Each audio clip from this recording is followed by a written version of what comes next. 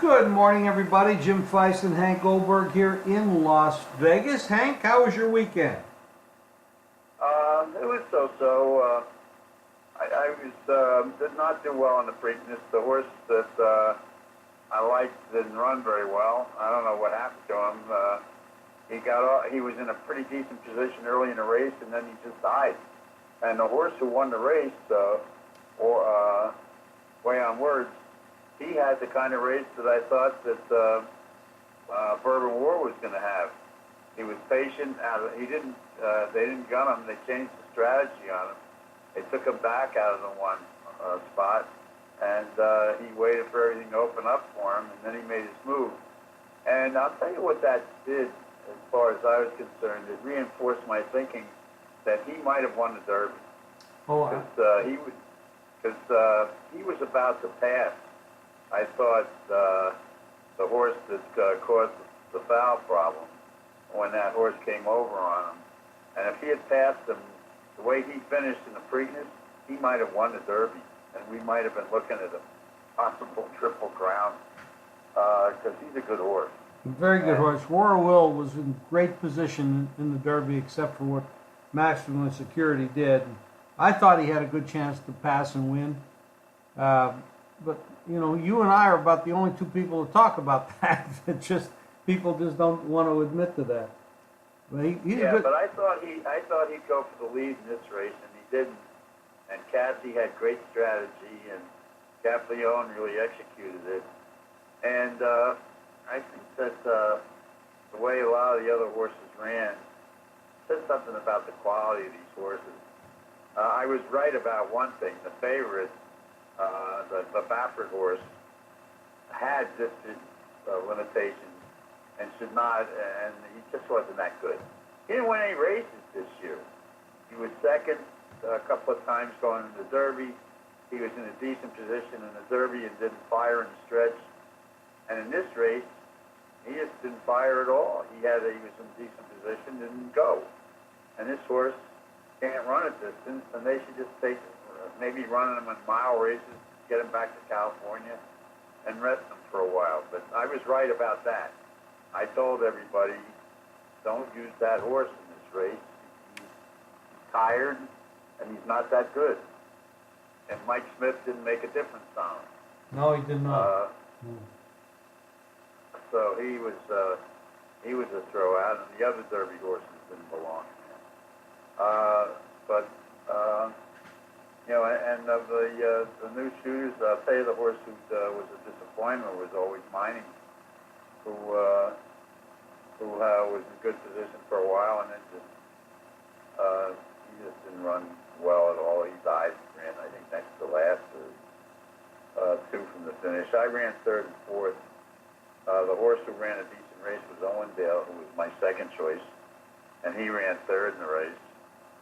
And the other horse I had was the speed horse, the first-time starter, the three-horse, who did have the lead early, and he ran well enough to finish fourth. But you had a $50,000 super, and Dale Romans threw a horse in there, and ever fast. And when Dale runs a horse, you got to pay attention. And the horse ran second at 30-1, and helped make the Superfecta a high-paying race. The Belmont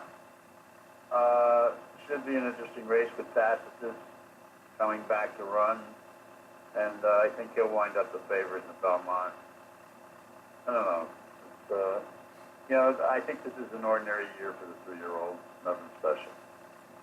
Well, there's something special going on in golf with Brooks Koepka. I think it was a remarkable finish. I mean, DJ made a hell of a run, but Koepka backed up a little bit with 4 straight bogeys. A little bit? A lot. He was doing his best to give it away. Yeah. Something his last 2 days, he didn't have too many birdies. He played par golf in round 3, and yesterday he was subpar, couldn't make putts, and he was not hitting the fairways. He came and I'll tell you something, if it got to the end and the guy chasing him just blew up, and came up with a couple of bogeys. Otherwise, they might be having a playoff. Koepka was doing his best to fold. I had him, and I know you had him. He was making me very nervous. And you know something? I saw his body language, and when he got to around the 13th hole, saw a little bit of fear. I agree. He got that big lead, got a little too sure. The course was tough and it was windy, and I'm not sure, but I didn't look at this, but I think DJ might have been the only subpar round out there yesterday. He was, yes. And until the end, and until the finish, when he had 2 bogeys in the last 4 holes. He still shot 4 rounds under par, which is kind of remarkable. But he was at one point, I think he was 2 strokes behind, and then he threw in a couple of bogeys. Yeah, that's what really saved Koepka. Actually, it was a hell of a day. It was great TV. Baseball is good for me because I had him at 9-1, so I was happy. Yeah, I did. But I was cursing him there while I was watching it because I was waiting. Well, he missed a bunch of putts. He had 4 straight bogeys. I know he did. He definitely got off his game. But I'll tell you what, he's a hell of a golfer, and now he's 5-1 to win the Open, which is like ridiculously low odds. I won't be betting him at those prices, that's for sure. Baseball is rolling along.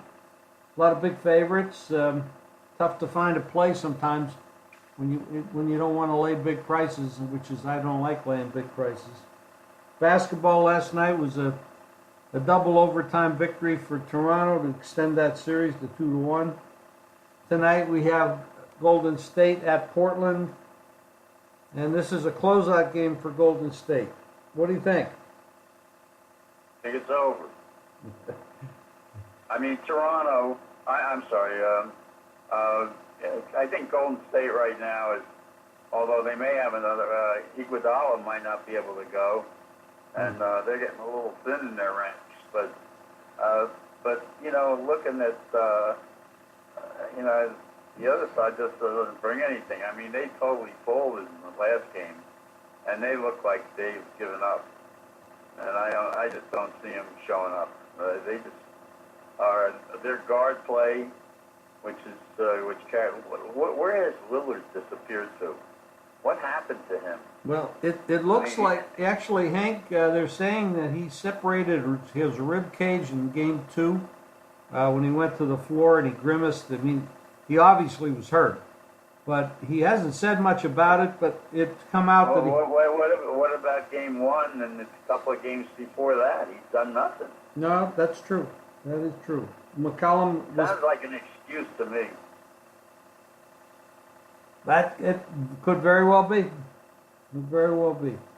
That tomorrow night we got tomorrow night we got Milwaukee at Toronto. It looks like. I'll tell you something about that Milwaukee.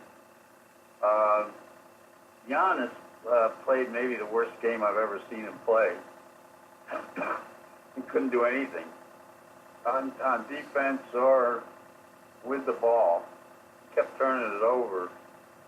They had a Bledsoe who shouldn't be shooting from outside at all.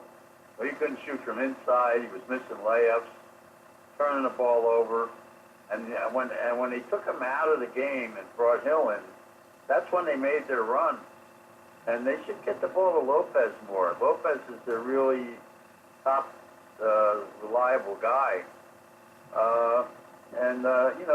Last night, Lowry and Powell had both fouled out of the game, and that's when Milwaukee came back and forced the overtimes. And I thought Milwaukee was going to win it. And I couldn't understand why Bledsoe was even in the game at that point, because it was when he was out of the game was when they made their run. Bledsoe was really hurting him. He had the ball in his hands far too much, missing layups, turning the ball over, and should never shoot from outside. He's a terrible outside shooter. And he was getting to the free throw line, and he was missing foul shots. I don't know what was wrong with him. Well, I guess maybe it's an off night.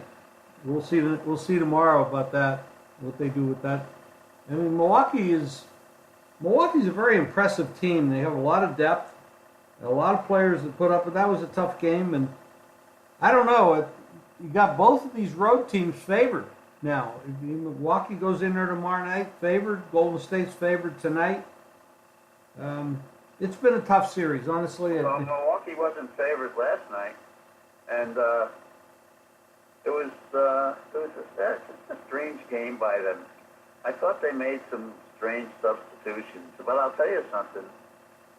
When Giannis fouled out, I was glad to see him go to the bench. He was thinking out the joint. I mean, guys who, it was odd to see so many of their guys who normally play well. Bledsoe's normally very good attacking the basket. Last night, he was not. He just couldn't do anything. I mean, nothing. And Giannis, he stunk.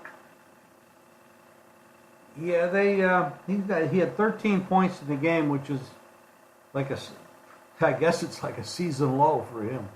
It was a bad job, but the rest of their team somehow picked it up and driving into 2 overtimes in Toronto, which is a tough place to play. Lillard. Well, remember, Toronto was missing Lowry and Powell. Yeah, they fouled out. They both fouled out, and it looked like Leonard. He jammed his right leg on shooting a layup and got bumped and came down wrong. So he looked like he was hurting too. Well, you know, when you don't have excuse me, your 2 top shooters in addition to him sitting on the bench, comes easier to defend Leonard. That's true. That's absolutely true. Well, sports has filled our card for the weekend. We had some exciting sporting events to watch. And, of course, we have a big week this week. No horses racing for this week until we get to the Belmont. Oh, this is a big week. I'm sorry to disagree with you. Monday is a tremendous day for racing at Belmont. Oh, really? You've got a whole day of stakes races, some very good ones. Today? You're talking about today? No, next Monday is Memorial Day. Oh, okay. And it's always a big day of racing at Belmont, and you might see a horse come out of one of those races, their big stakes race, to go into the Belmont Stakes. But the big race next week is going to be worth betting on, and we'll have those sticks for you over the weekend. But Monday is a huge day of racing in New York. Well, I look forward to that. I wasn't on top of that. I missed that. I don't follow racing that much, and I mean that is your passion, and very good at it too. Well, Hank, anything else you want to cover before we sign off? We'll be back Wednesday, but anything today? Not really. Just be watching the basketball again tonight. Be anxious to see how the Belmont Stakes starts to come together. That race isn't for till there's 3 weeks between the Preakness and the Belmont, and I watched the race a couple of times, but that was a sensational job by the trainer Mark Cassie, strategizing the race for that winner, and it's. The rest of that field, I guess, was pretty lame for the Preakness. I was glad to see War Will win that after what happened to him in the Derby, because I thought he had a good chance. And what's interesting about it is the owners, the West, own the horse that they got taken down in the Derby, and they're still suing. He's so bad. They come on and say they were trying to get a hold of West after the race, when on the telecast they made it very clear that West was not at the Preakness. He was at the Cannes Film Festival. And they said, well, we've been trying to find the owners for West to get an interview with them, and we haven't been able to find them. And they announced couple of times after the race when they were in the winner's circle. Well, he's not here. He's at the Cannes Film Festival. All you have to do is read the newspaper, and you know that. He's in a different country, guys. Yeah, well, TVG. Why bother?